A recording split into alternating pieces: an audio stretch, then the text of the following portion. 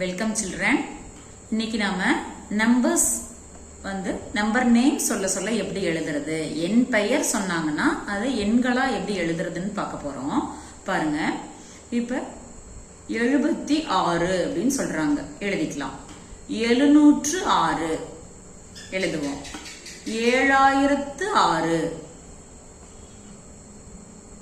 இதுவுமே கூட 7006 இல்ல 706 அப்படிங்கிற சந்தேகம் ஒரு சிலருக்கு வரும். இது 706க்கு இப்படி எழுதுவோம். இதுலயும் சில நேரம் தவறுகள் செய்யறோம். இப்ப 70006 ஆனா 70006க்கு பதிலா என்ன செஞ்சிருவோம்னா 70000 6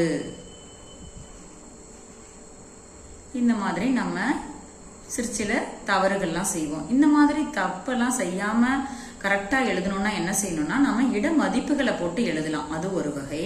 பாருங்க, 1 10 100 1000 10000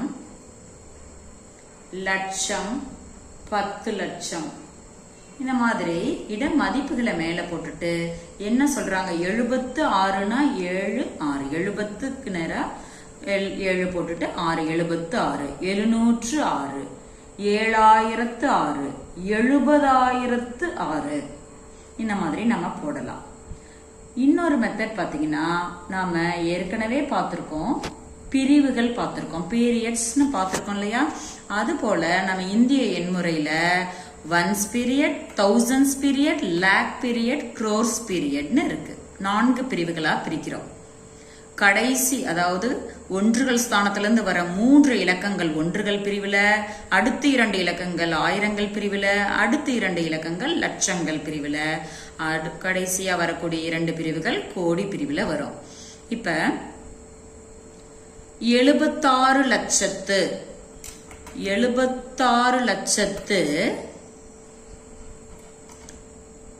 32,006 அப்படின்னு சொல்றாங்கன்னா 6க்கு என்ன செய்யலாம், 6 மட்டும் ஒரே ஒரு நம்பர் தான் சொல்றாங்க. அப்ப 3 இலக்கம் இங்க வரணுங்கிறதுனால 2 பூஜ்ஜியங்களை சேர்த்துக்கிறோம். 76,32,006. இப்ப இதுவே 32 கோடியே 32 கோடியே. அப்ப எங்க வரணும், கோடிகள் பிரிவுல 32 வந்துடணும். 32 கோடியே 70,000 இங்க 70 ஆயிரங்கள் பிரிவுல வருது. இங்க எதுவுமே வராதனால 2 பூஜ்ஜியங்களை நம்ம இங்க சேர்த்துக்கிறோம். 70,000 தான் சொன்னதுனால இங்க எல்லாம் பூஜ்ஜியங்களா வரணும்.